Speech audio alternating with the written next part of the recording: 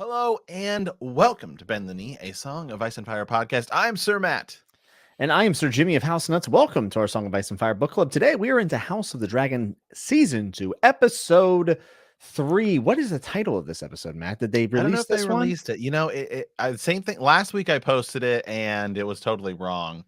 So I don't think they posted it yet. It's one of those things where it comes out a couple minutes like afterwards. So we're still kind of waiting. Like Yeah, even if you're on waiting. HBO, it just says Season 2, Episode 3. It doesn't have the title yet. So Yeah, they were way late with it last week. We were stuck guessing what it was and trying to title our stuff, which was definitely a little bit difficult. So we'll see. It'll probably, go ahead. Even next week's episode already has a title. It's called A Dance of Dragons, Woo! according to IMDb. Yeah. But there's no title for this one yet. I could go check on. It might. I'm sure it'll come out on Twitter and stuff too. Yeah. But So wow. Initial thoughts after the episode. What are you thinking? So here's the thing. And this was my thoughts. This is like my big thought about the episode overall. If you're a show watcher only, my guess is this would be your least favorite episode of season 3, if not one of your least favorite episodes of the show. Just because it was kind of slow, right? There wasn't a lot of action. This is a lot of setup before what we know is coming, which is that big, huge battle next week.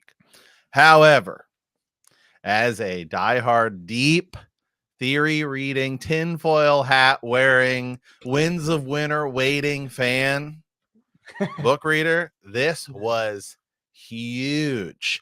Some of the stuff that's in here, you and I may have to talk about on Patreon, because that's where we're doing like the deep spoiler stuff is on Patreon and the Apple Premium stuff, just because we don't want to spoil it for people who are not here. But my God, the last half of this episode for like the deep seated theory people. Oh man, I mean, this like stuff could have implications on Winds of Winter, like huge, mega, game-changing level things that you and I have theorized and talked about before. Like there's one scene we'll talk about, and to me, it's like, oh wow, that could change like everything. Yeah, I was very happy with the Harrenhal stuff. I thought all of that stuff was so good. It was funny. It was some good humor too. Good humor, but also just like a lot of, hey, what's the realm look like right now? I mean, you're seeing families divided, obviously, with the Strongs, Larys being the Lord, and then the rest of his family being like, we certainly don't believe that Harrenhal caught on fire by accident, which was, obvious throughout the episode. There was a cyclical theme going throughout the episode. Sin upon sin upon sin. Rhaenys talking about like, how far do we go back to see this thing? Then we get to Harrenhal, which is, just cycle after cycle of tragedy. And then you hear about the Blackwoods and the Brackens and how they can't even remember the beginning of that. So a lot. It's like Hatfield McCoys. Yes, a lot of cycling in this episode and talking about, is it possible to break said cycle if it's been going on so long? This is the episode prior to what the critics have said is like next level, Battle of the Bastards level stuff. Big. So it's always necessary to drop the pace a little bit before you go in, because you can't go 150 miles an hour the entire time. This is just how storytelling works. So I actually expected a very slow episode, but I was not bored at all during this episode. I very much enjoyed it. How about the opening of the episode when we see the Brackens and the Blackwoods, and then it cuts to that spirit, and I mean, just the cost of war. I mean, Teresa was like, Teresa's like, so wait, what happened? Because she's like also taking care. We have a baby, brand new baby. She's taking care of the baby so I can watch, and so she's kind of in and out, and I was like, it's like the Hatfield McCoys. She's like, oh, okay, yeah, which it is. That is. Yeah. We also, by the way, got to mention, I totally thought they were going to change some names, so we still have the rest of the family to get to. For whatever reason, right now the Tullys are named after Sesame Street characters. You have Grover and like Oscar and Kermit. Grover is confirmed.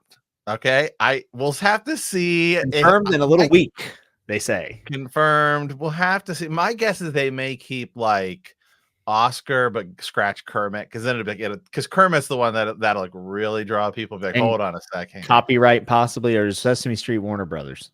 I think Sesame Street is Warner Brothers. If it's Warner Brothers, they might do it. I don't know. They might sign off What's on it and interesting just is he say, did it "Throw it in years there." before, and I believe Sesame Street is owned by Warner Brothers. If I think, because remember they did like Looney the Tunes. Yeah, Elmo, yeah. yeah. Well, no, Kermit, the Muppets, and Sesame Street. That's all like Jim Henson stuff. But I think it is. I think HBO owns. I think it was like one of those things. It was like HBO bought it. Anywho, big stuff, and then the stuff with Harrenhal at the end, and then Millie Alcock coming back for the cool little cameo, which we talked about would be kind of a Humongous. cool way to do it, and we did get that. And then the big deal at the end is the Alicent Rhaenyra stuff that is nowhere in the books, but now we're expanding on it a little bit further, right? Like fleshing it out, because it's all just like one huge big outline. So that was pretty big. And I mean, then the whole big deal, which again, this we could actually probably talk about on here, the Daemon tree stuff like that, we may have to talk about later, because that's got some big spoilers on it. I mean, we'll Yeah. talk about it, but like to go a deep dive, or maybe our follow-up Friday episode this week will be, we'll talk about that with a big huge spoiler tag on it. But the Rhaenyra Alicent stuff, we talked about the prophecy of the Song of Ice and Fire coming up, and Alicent knows, like, uh-oh. Like, I mean, you could see the Well, look I on think her. You could see the look on her face, because at first it was going back and forth, where it almost felt like it's still going to be a huge misdirect, with Rhaenyra now thinking, "Oh no, my father did choose him. My well, father." I think Rhaenyra, I think both of them are walking away with a little bit more information, but maybe a little bit more confused, because Rhaenyra's face when he talks about Song of Ice and Fire is not the face that she ends up saying it was a silly story. She's remembering the talk her father gave her in front of Black Dread's head, where he told her about the prophecy of the Song of Ice and Fire. And I think for a second there, she's thinking, well, if he is the prince of his promise, that's so important that I have to step back, Well, yeah, but I agree. immediately snaps out of it. So both of them are leaving the conversation with doubts now. It's very good. I like Yeah, that. yeah, it's good. It is, and the whole deal might end up. The show kind of goes in a whatever direction where, well, I mean, Jon Snow, right? I mean, was Jon Snow really the prince that was promised in the show? I didn't come across, Lots of debates recently about that. A lot of people were arguing whether it's Daenerys or Jon or a combination of the two. But yeah. yeah, I love a lot about this episode. I think until the final 10 minutes or whatever, it was probably my favorite of the season, actually. But And then you didn't like the last 10 minutes. well, I like the outcome. I like the character development. The acting was stupendous, but I think Rhaenyra going to the Red Keep, or going into King's Under, Landing with one yeah. person, No, I think and she went with more people. it doesn't matter. Those I didn't like it. other people would, there have been more people that, well, because I thought to me it seemed like Massaria spun some webs. Yes, and it's And television. It's television, so like I'm fine with it. Like I'm not gonna sit here and be like, it's stupid. This is season 8 bad. But I do think it's a bit of a reach. I think it's a cool idea having those two one last time trying to put it away, and maybe a little bit of the sunken cost fallacy on Allison's part. So like I like the outcome of it. I like the acting of it. I like the words that were exchanged, but the idea of sending Rhaenyra to King's Landing, I mean, Allison screams the war's probably over. Right? She gets knifed, killed by the Kingsguard. It's probably over at that point. Daemon would try to go for retribution, but I think many of Rhaenyra's people would stand down at that point, probably. So it just feels like one of those times where it's like, I don't know if I believed in the Alicent character not to call the guards. Like I feel like she I don't know. But I don't know. People are going to feel different about it. But that was my Yeah. least favorite moment of the season so far. Well, and this is the territory we get into where, and just like sort of Game of Thrones, but at least here it's kind of different, where in Game of Thrones you're just kind of making it up, right? Because the books aren't finished. Here the books are finished, but it's just a big huge outline. So it's like, all right, well, here's the space we have to work with. Let's try and do some things. Yeah.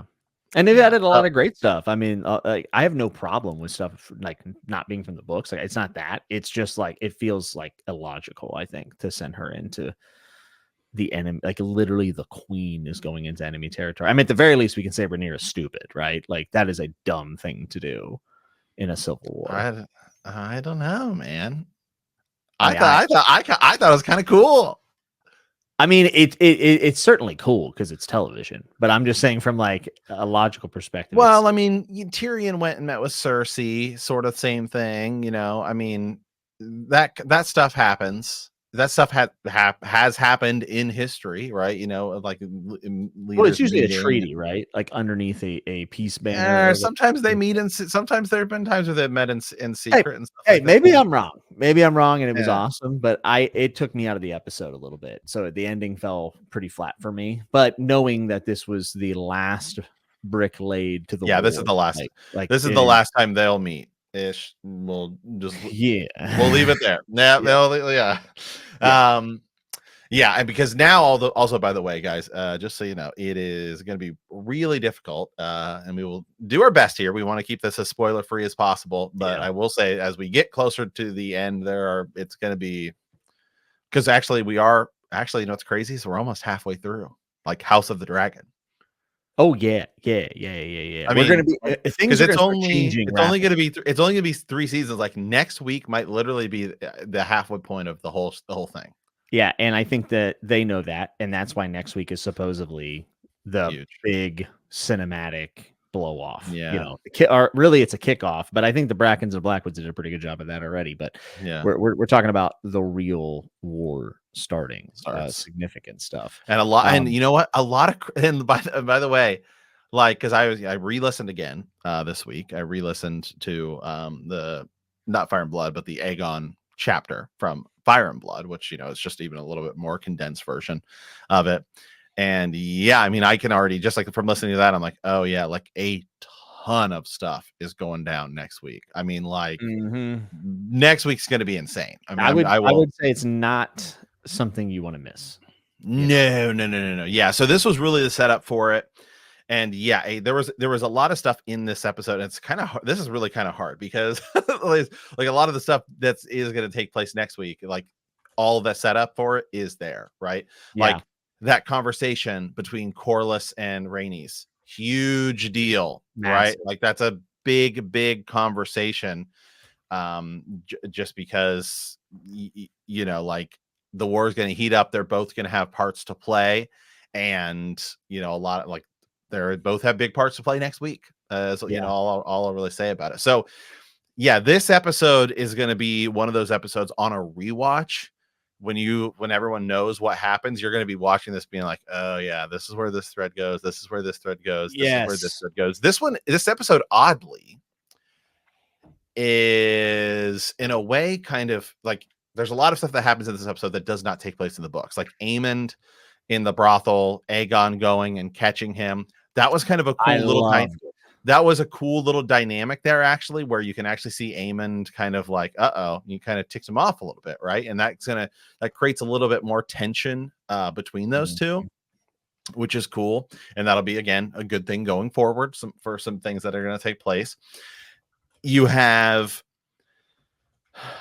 both sides now kind of have their own master of whisperers, right? Massaria is staying with I like Rhaenyra. that parallel. I Yeah, did too. yeah. Yeah. And then with Laris being Aegon's sort of master of whisperers. So now we have those pieces. Now we have that like Varys and Massaria, because again, this is another thing in the books, the Massaria like piece of her in the books is going to get it's going to be way bigger in this show. She's going to feel Yeah, much more important because yeah. honestly, like there's really not a whole lot of stuff she does like that we know she does left in the books. So clearly now it's like, you know, last week we talked about how you have Otto urging Aegon to be less aggressive, and you have all the other people urging Rhaenyra to be more aggressive. And now they also both have their master of whisperers. So it's that battle Mhm. of like Massaria versus The Laris. pieces are in place now. Everyone's got The the pe- roster.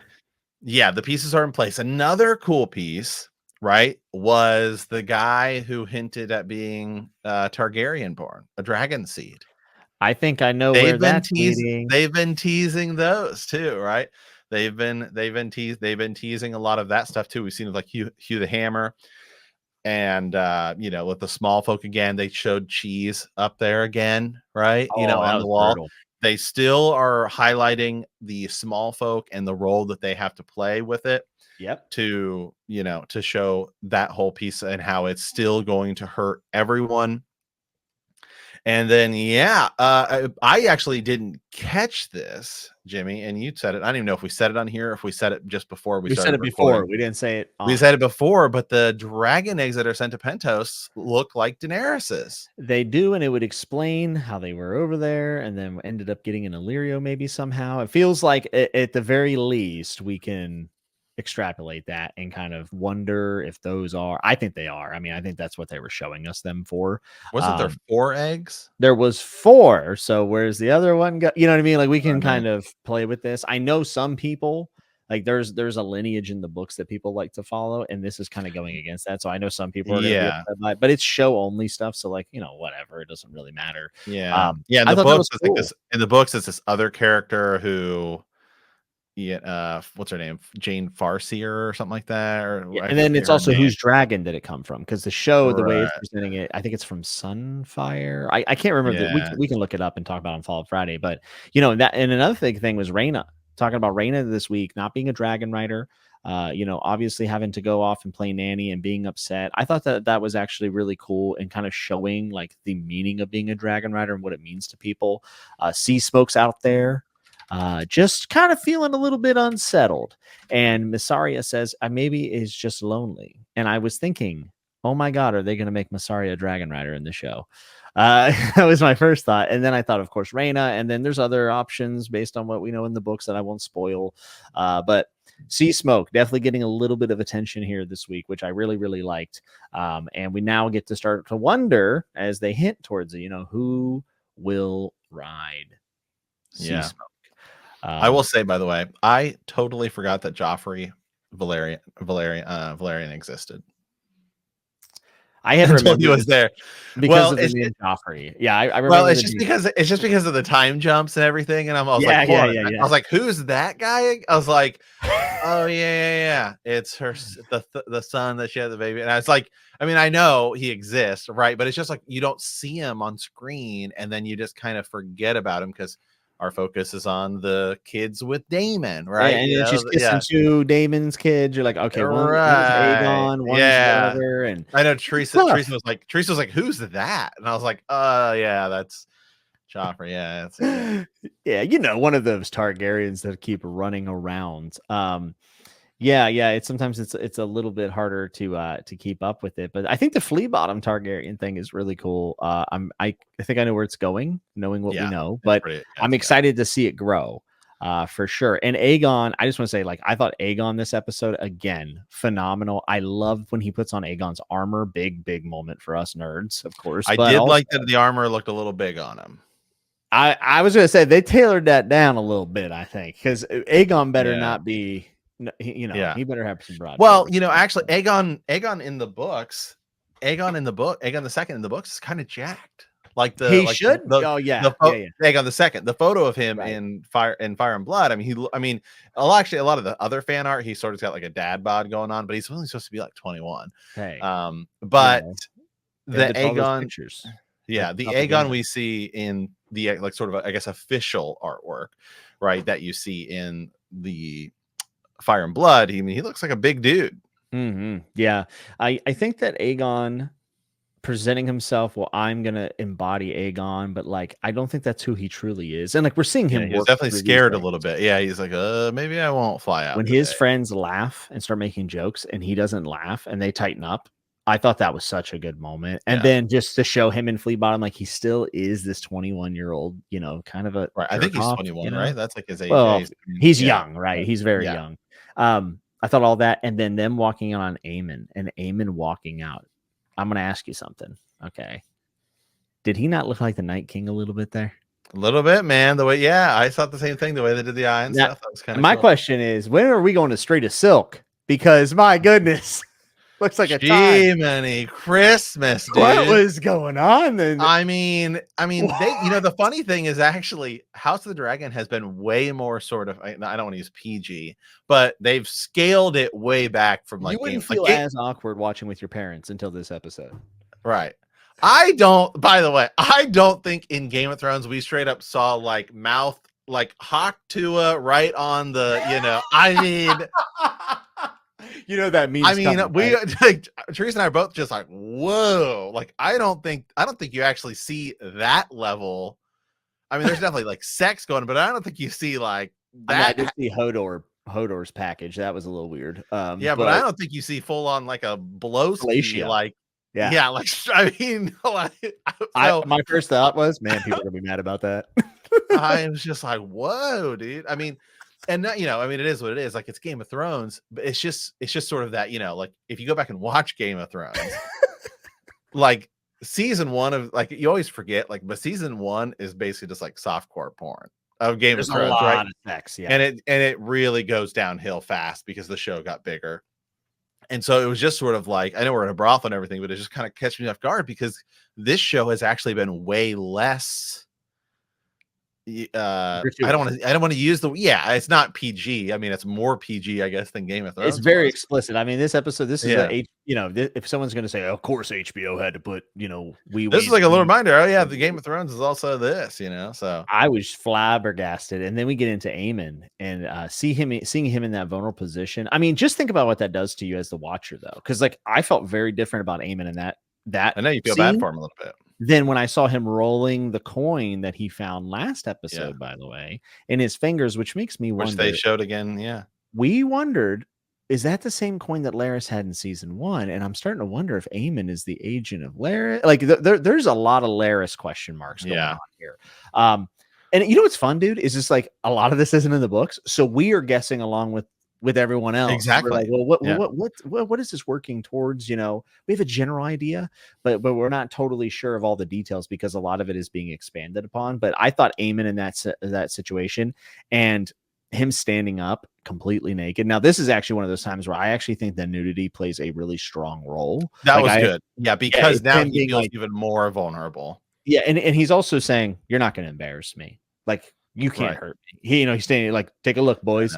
Whore is a whore. Like, I know, and it's sort of that thing too, where it's like last week we were like, all right, I feel like we kind of like Aegon, but now we're kind of like, but now Aemond, who were like, we all like, yes, screw that dude. He, his dragon killed Luke. Like, screw him. Now we're kind of like, oh man, I kind of feel bad for Aemond. Like, that's that's how you have a good show, because you have good characters that you're always moving back and forth, rooting for. Yeah, I agree. And I think that there's just like something like horrible about watching Aemond have this moment. Like, the only place I feel like he can go to feel that vulnerable, to be in the fetal position with this woman, obviously.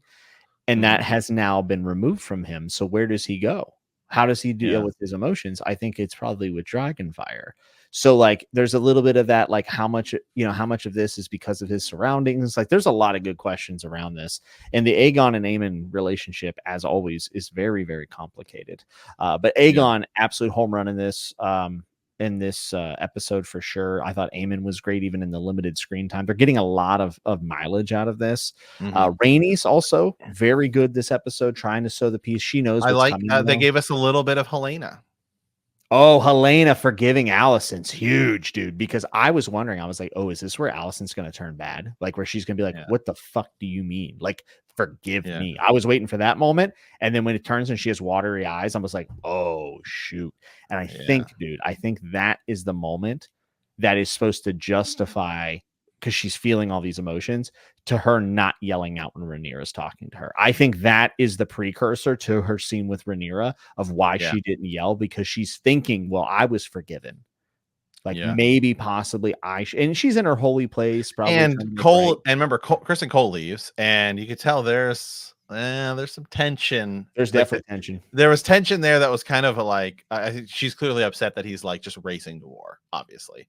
Yes, and so that's why she's her brother, and they don't get along well. We're gonna see how that goes. That dude's a good actor, by the way. Immediately liked his. Oh yeah.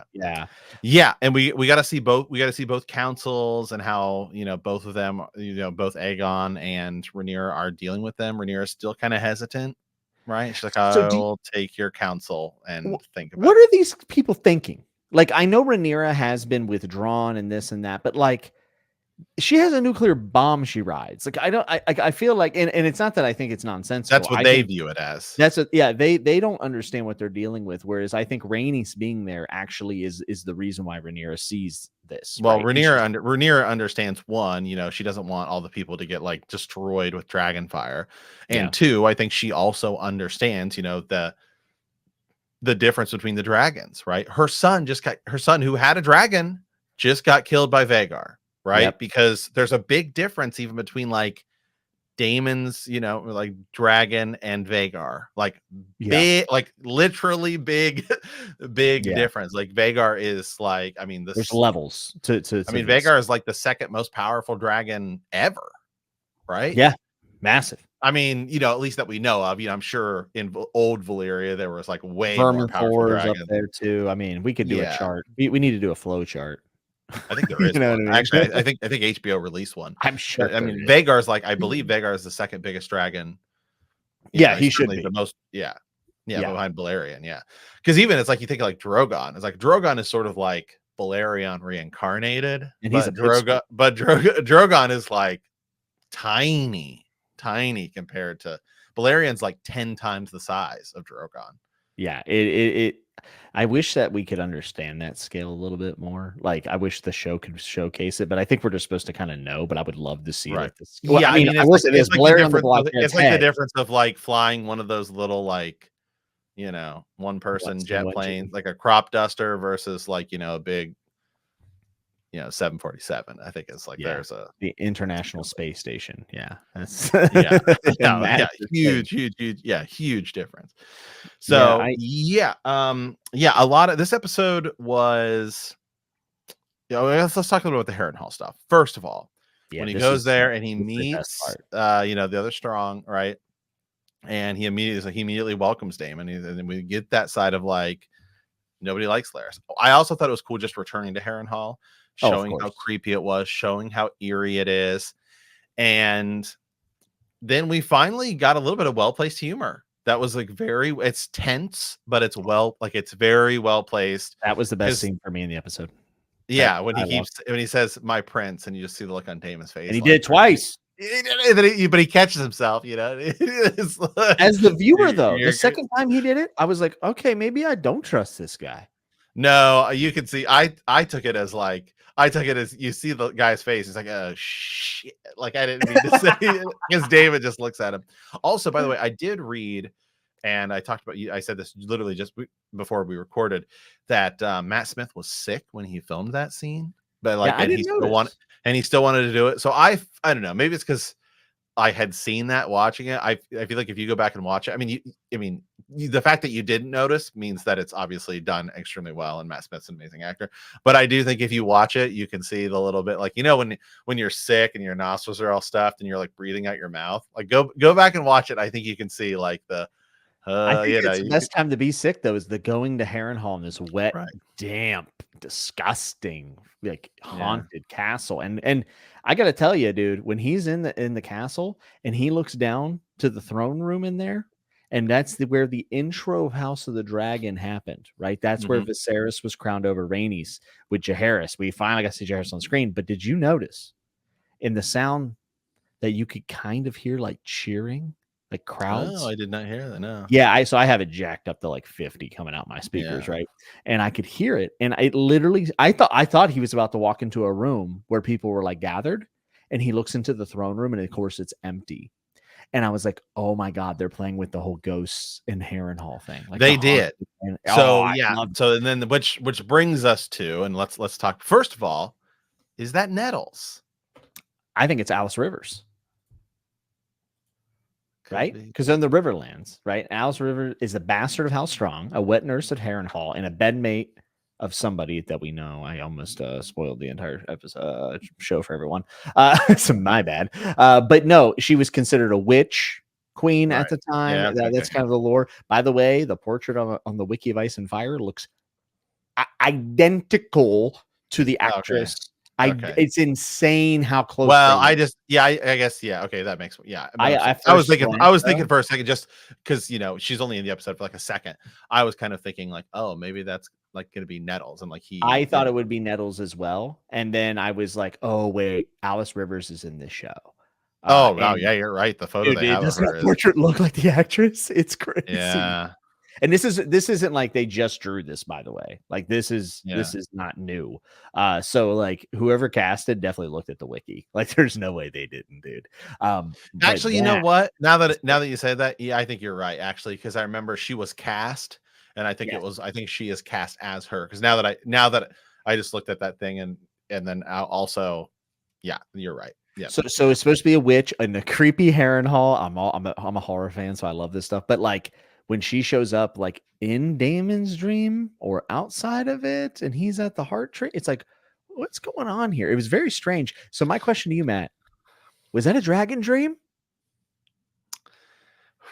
this is where it goes into some spoiler territory as well as some big time super theory stuff that I We don't know can't that I want to spoil it go. for people. I Yeah. don't know what I want to go into further just because it's like the biggest, probably it would take us down a path that is like arguably the biggest, probably going to be the biggest moment of House of the Dragon, like the scene everyone watches for like years to come. So I think we should save that for like, I think we should do it like we did a spoiler Patreon episode. I think we should do that again where it's just completely full spoilers, but it does take us down a pretty serious path of like insane theories too. That weirwood tree sitting That there. you and I have I'm talked like, about what before. in the world is this? Yeah, literally, I set up, and I mean, I was sitting up anyway, but I set up because we had like because I'm watching a projector as we have in our living room, and Mhm. so it's like half. So like the sun was in a little bit. I was like, is that a weirwood tree? Well, I was wondering. Teresa's like, what? I was like, oh my god, dude! Like, I was like that. I was like, I literally did the thing. I'm like, that changes like everything. Yeah, so for me, I was like, Because you and I, slap. by the way, real quick, on our House of the Dragon iceberg, this ties into that. We did it, Jimmy and I did a big House of the Dragon iceberg where we went and talked about the craziest theories. And one of the theories we brought up could relate to this scene. And some of the people messaged us who I don't think understood what icebergs are and was like, how could you even suggest that? Oh, well, look who's talking now. we might have cracked the code. Look at this. Little did we know, we thought we were just having fun with a crackpot theory. This might be the whole deal. Could you imagine? I think it is. I feel as if there's definitely going to be some things, and this is where like maybe we're book diehards, but like For sure. book diehards are going to get a little frantic, I think, if things start connecting more so to the main series. But I got news for you, y'all. There's going to be some stuff that connects to the main series, and I have two. Aegon's there flipping around that dagger. I have two theories that we can talk about at another time. Maybe not theories, but guesses of maybe what's going to happen. One's really far fetched. The other one's not so far fetched. But this is pretty big. Now, my question for you is at the end, and this is just me being ignorant, I think, because I'm not super familiar with the show locations. When he ends his dream, Alice Rivers says, "You're going to die here." And he's at a weirwood tree. Is he still in a dream there, or is that in Harrenhal? No, I think it's at a weirwood tree in Harrenhal. Okay, that's what I thought, but I just wanted to make sure. And then, she's just Well, like, let me go back and click through the episode real quick because actually, does he wake up in his room? Because it's connect. No, we don't see any. we don't waking up. see it. We don't see. I should say this. So we don't see him wake up in his room. It looks like he wakes up at the weirwood tree, and he's like, "How did I get here?" So I think okay, it is in Harrenhal, but it happens so fast, and I'm freaking so out. that raises the question: did he go to the weirwood tree, check it out, and have the vision, or is the whole thing a dream? Is it a dream? And if that ending was a dream, was that the God's Eye? Well, I mean, who knows? That's what I'm saying. Like, I don't know. And it happened so fast. So I'm gonna have to rewatch it before Follow Friday because there's just so much there. And also there's so many things that like, yeah, I don't know. It's mega spoiler territory. We can't go any further into it. Sorry. Yeah. Can't go any further into it because it's mega spoiler territory. Yes. But it will be the biggest moment of House of the Dragon, just so you guys know. Anywho, yeah. So this episode actually, for as long as it was, like not a lot happened. But like a lot did happen. I mean, a lot did happen. I mean, because there's so many things that It's just this whole episode is all set up for next week, which I guess you could say in theory is every episode, but that's not the case. Because some episodes plant seeds that pick up way later. But this is we got a lot literally of mysteries. We got a lot of mysteries, like a lot of Yeah. supernatural possible stuff happening. But like, yes, you are right. It's the final brick laid on the road to no return, which is going to be the Civil War. I promise you, the Bracken Blackwood scene is only the beginning of all the terrible things that are going to happen. Whenever it panned out, by the way, and showed how many people were dead, my wife was literally audibly gasping. She was like, "Oh my God." I was like, "Yeah, just wait, just wait." Matt, we also got a big mention this week, and I don't know if you caught it or not. Daeron. Oh, did they Yeah. say It's yeah, whenever they're at the council and they're arguing back and forth about what, dragon riders and how many dragons do we have and who's for us, and they said, well, Darren's dragon is almost ready of age to be ridden. Like, let's call him up. Yeah. They mentioned him. So he's in the show. It's gonna happen. I think he'll be in next season. I think it's gonna happen. Okay. Also, if I'm saying his name wrong, I apologize. I just look at some of these Targaryen names. I'm like, is it Oh, Daeron or Darren or well, what is it? But big, we've wondered where he is. But he has been mentioned, so has his dragon, and I think that does matter. Who do you think has the better council right now? Because I think there's a clear better council out of the two.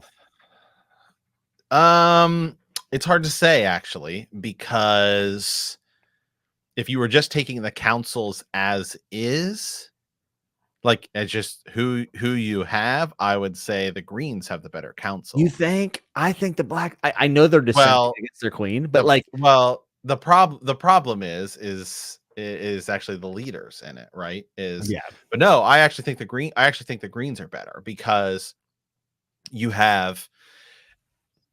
You have Larys for starters. Larys, that's all they got for me. That's like everyone else seems like a boo. No, I know. I know. Look, I actually think, just in terms of giving props. Even in Game of Thrones, you got to give, props to the people you don't like, right? Because you want great villains.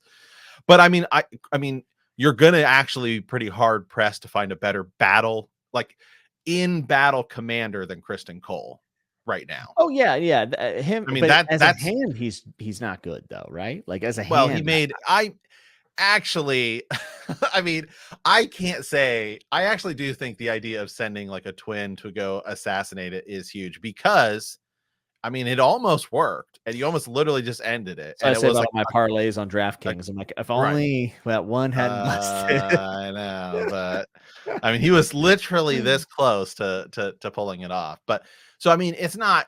Yeah, it's dumb in hindsight because 2020 or whatever. But yeah, just in that you have was it Tyland Lannister and his brother is Jason. Actually, the guy plays both of them because they're twins. Yeah, the guy does play both of them.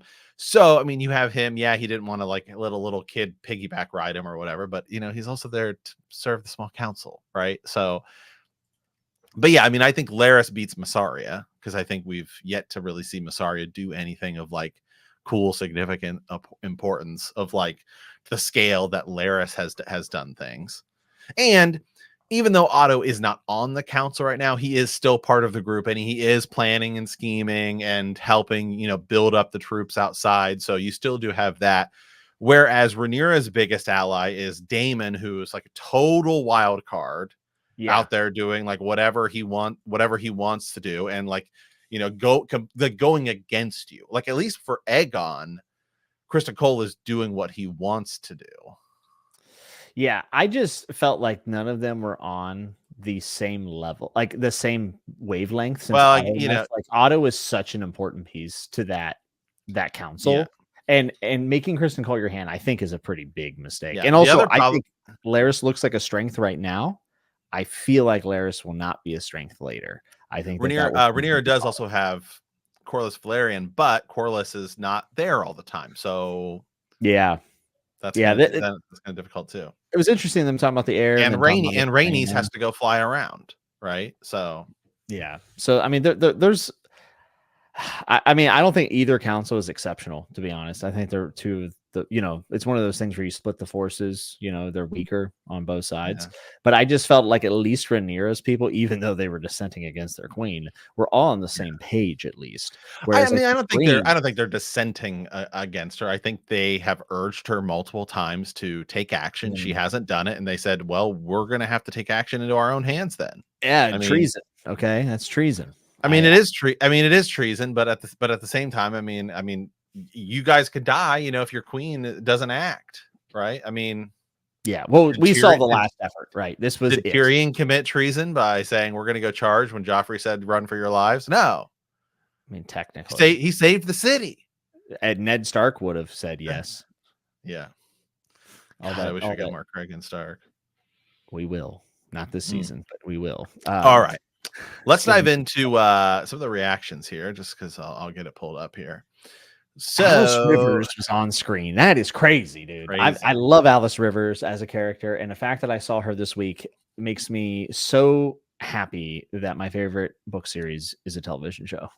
It's awesome. So this week I gave it a 4-star. This I might be rounding up here. To me, again, this is one of those where it's like book reader, I absolutely loved it. As a show watcher, I think this is probably people less liked it.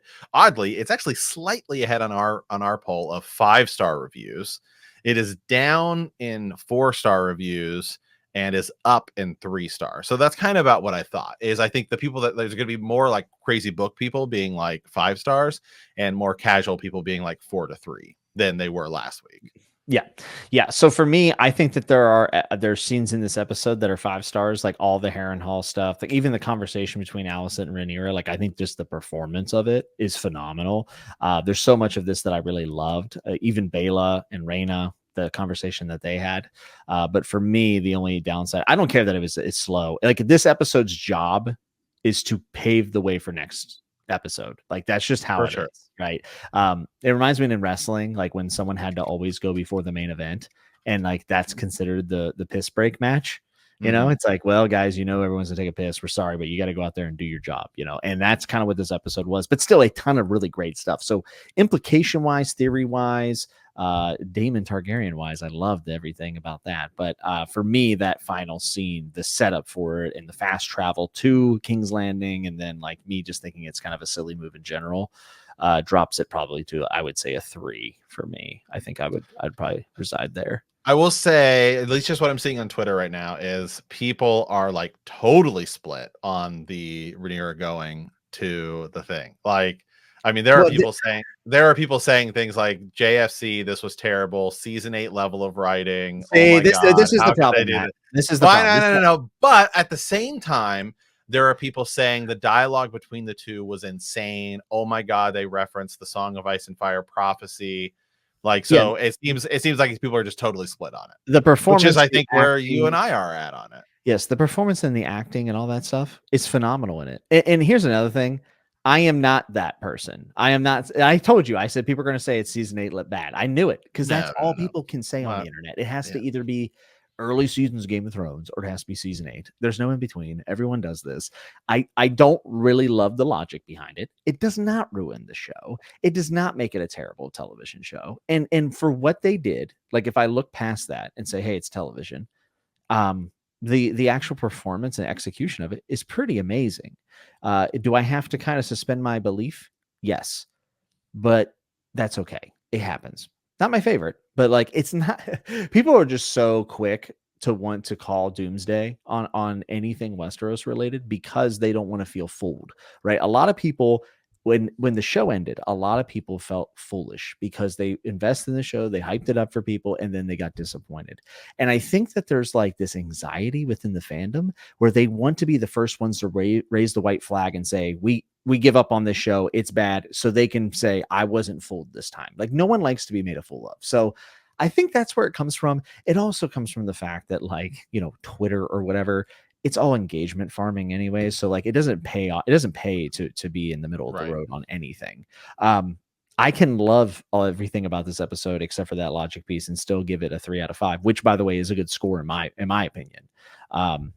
Is it my least favorite of the 3? Yes. Is the Harrenhal stuff the best thing in the season so far? Yes. So it is what it is, right? Yeah. It was good. Again, yeah, I liked it. So with that, guys, we will be back Follow Up Friday. Send us your thoughts, send us your theories. We will get them on the show again. I know I've already got some, and I'm getting literally getting them right now. People are already like, hold on a second, what's going on? But yeah, so Jimmy and I also stay tuned. I think we're gonna have to do a little Patreon episode talking about some spoiler stuff, because there was some insane mega level stuff that happened with Daemon, and I just don't want to talk about it on the main here because I don't want to go into spoiler territory. So Yeah, I think I think also that's maybe fair. it'll be a good idea for us to do that once we get the Ravens, because there's gonna be some spoiler Ravens, and we could take Yeah. those Ravens into the spoiler episode as well. So, Yeah, for sure. So, yeah. all right, guys. So, anyway, with that, we will be back for Follow Up Friday this week. So, again, send us your thoughts, send us your theories, send us your Ravens. We will get that on the show. So, as always, want to thank you for playing the Game of Thrones. Like I said, next episode, we'll be doing Follow Up Friday. And if you like our podcast, don't forget to subscribe, like us, write a review, leave a comment, or send us a Raven at btkcast@gmail.com or bendthekneepodcast.com. We'll see you next time. And remember that winter is coming.